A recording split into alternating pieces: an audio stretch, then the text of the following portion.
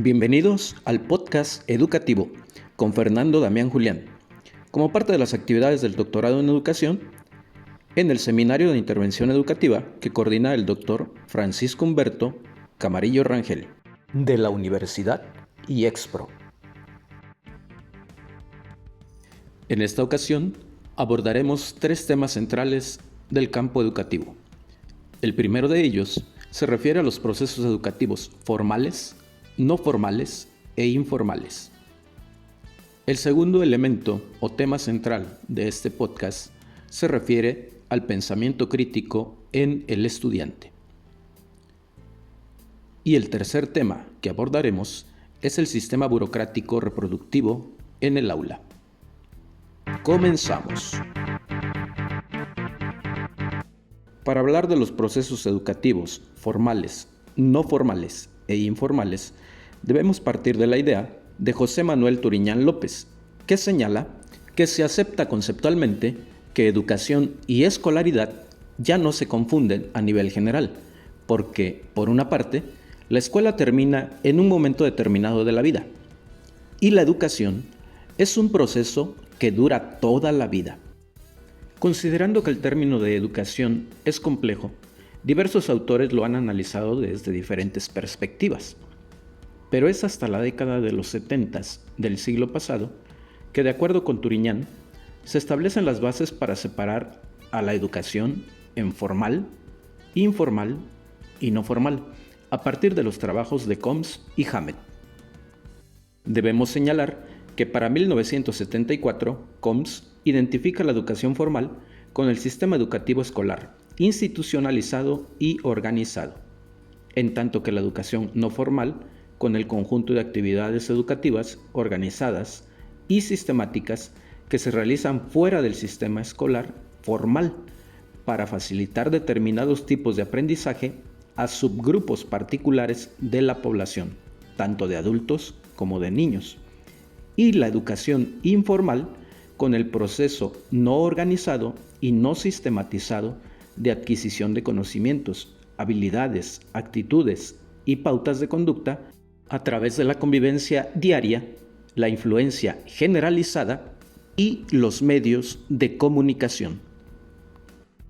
Señala Turiñán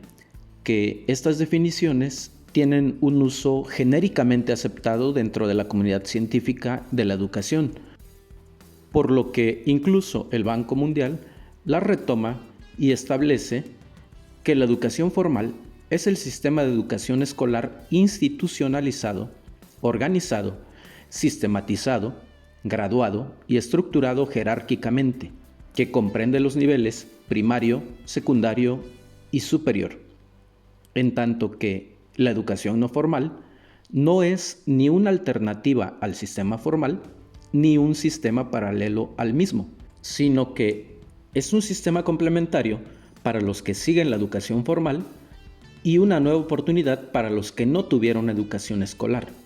Es el conjunto de actividades educativas organizadas y sistematizadas que se realizan al margen del sistema formal, mientras que la educación informal es el proceso permanente, no organizado especialmente, de adquisiciones de conocimientos, hábitos y actitudes por medio de la experiencia adquirida en el contacto con los demás. Podríamos decir de manera simplificada que en la educación formal se trata de que los estudiantes avancen de un grado a otro mediante la obtención de créditos. Por ejemplo, cuando se completa la educación preescolar, pasan a nivel primaria, posteriormente a secundaria, después a bachillerato y finalmente logran avanzar a la educación superior. Por otra parte, algunos ejemplos de la educación no formal son los talleres, las conferencias, los conversatorios o cursos de capacitación.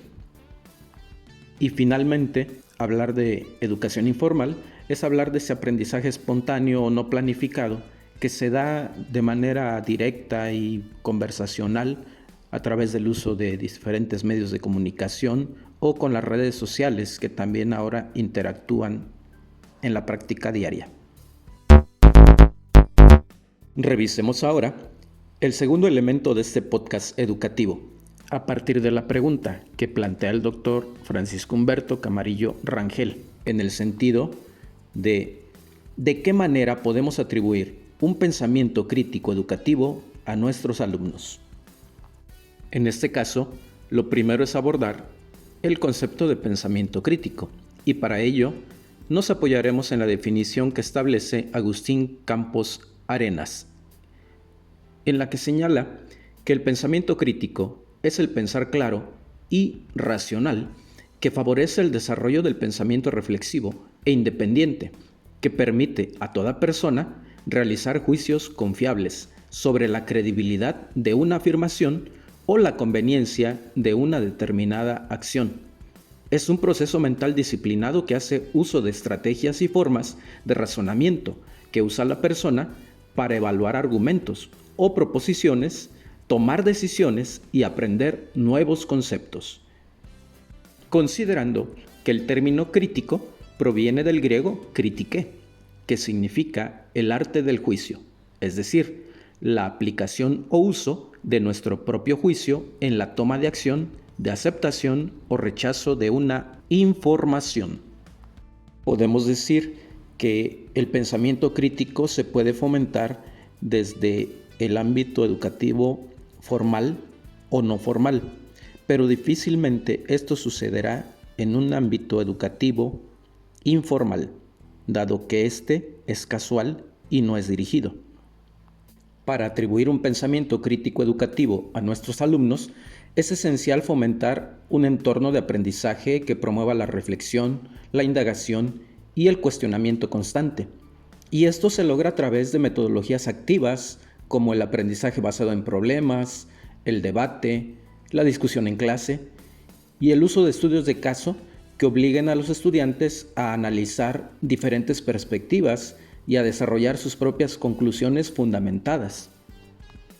Los maestros debemos actuar como facilitadores y guías en este proceso, proporcionando las herramientas necesarias para que los alumnos puedan evaluar la información de manera crítica, identificar sesgos y desarrollar habilidades de argumentación sólida.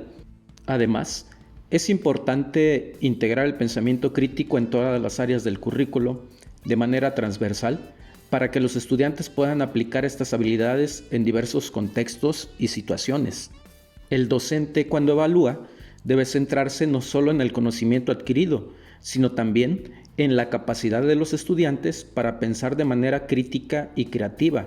promoviendo así una educación que no solo transfiera conocimientos, sino que también capacita a los alumnos para enfrentar los desafíos del mundo real de manera reflexiva e innovadora. El estudiante puede evidenciar que tiene un pensamiento crítico cuando en las diferentes actividades que se le solicitan plantea argumentos válidos, sustentados, en los cuales establece alguna crítica o juicio de manera propositiva, dando argumentos válidos para sustentar sus comentarios. Considero que en este caso, más que atribuir un pensamiento crítico educativo a nuestros alumnos, es obligación del docente fomentarlo de manera constante.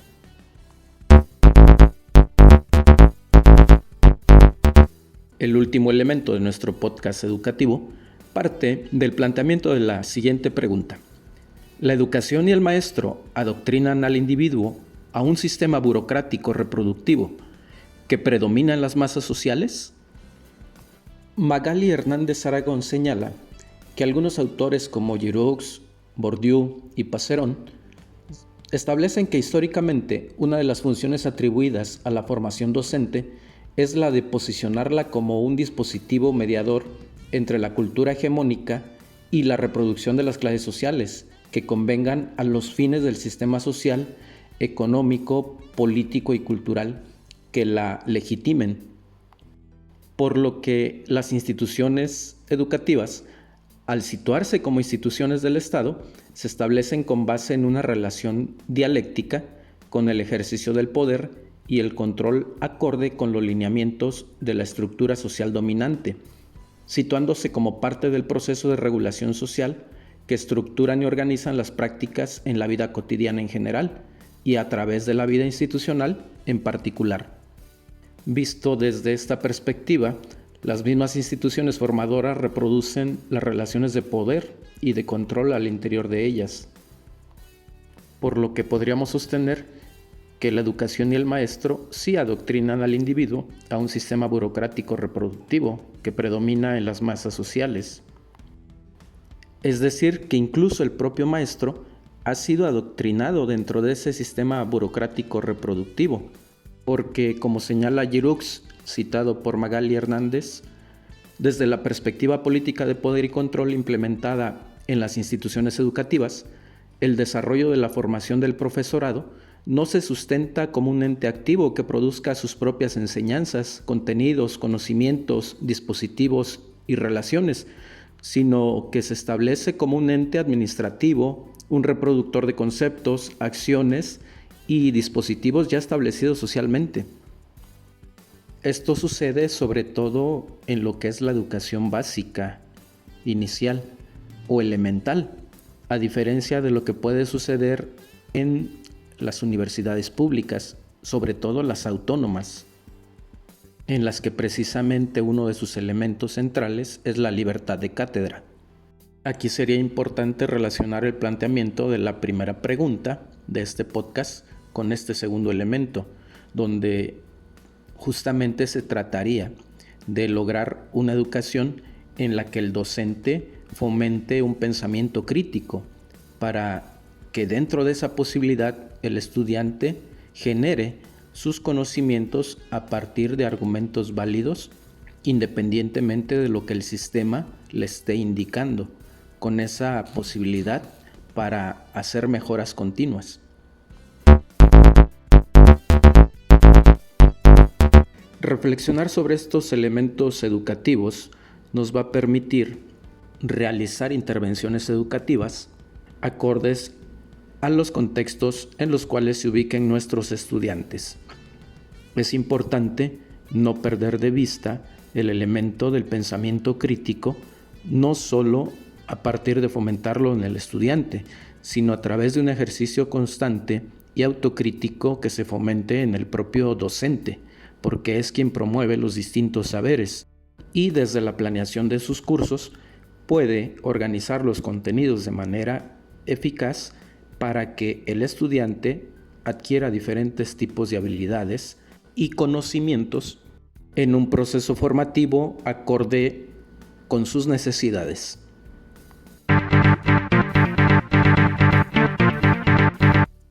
Hasta aquí el podcast educativo como parte de las actividades del doctorado en educación en el Seminario de Intervención Educativa que coordina el Dr. Francisco Humberto Camarillo Rangel de la Universidad IEXPRO. A continuación dejamos las referencias utilizadas en este podcast educativo. Se despide de ustedes Fernando Damián Julián. Hasta la próxima.